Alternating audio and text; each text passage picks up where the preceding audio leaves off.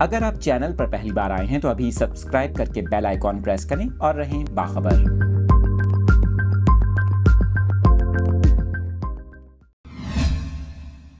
Details آپ کے ساتھ شیئر کر رہے ہیں۔ ماہر موسمیات کی جانب سے سندھ میں بارشوں سے متعلق اہم بیان جاری کر دیا گیا۔ ماہر موسمیات کا یہ کہنا ہے کہ کمزور مغربی ہواؤں کا سلسلہ آئندہ 24 گھنٹوں کے دوران ملک کے شمالی علاقوں پر اثر انداز ہو سکتا ہے۔ سسٹم کے زیر اثر ملک کے 50 سے 60% شمالی علاقوں میں بارش کا امکان ہے، جبکہ جنوب مغربی بلوچستان، پنجاب کے مغربی حصوں میں بوندا باندی اور ہلکی بارش ہو سکتی ہے اور پہاڑوں پر کہیں کہیں ہلکی برف باری کا امکان ہے۔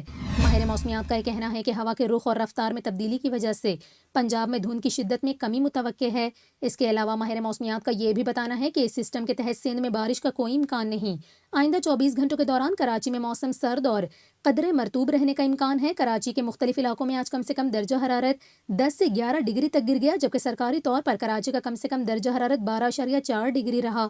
اس کے علاوہ ماہر موسمیات کا یہ بتانا ہے کہ ایک اور طاقتور مغربی ہواؤں کا سلسلہ 28 جنوری کو پاکستان پر اثر انداز ہو سکتا ہے۔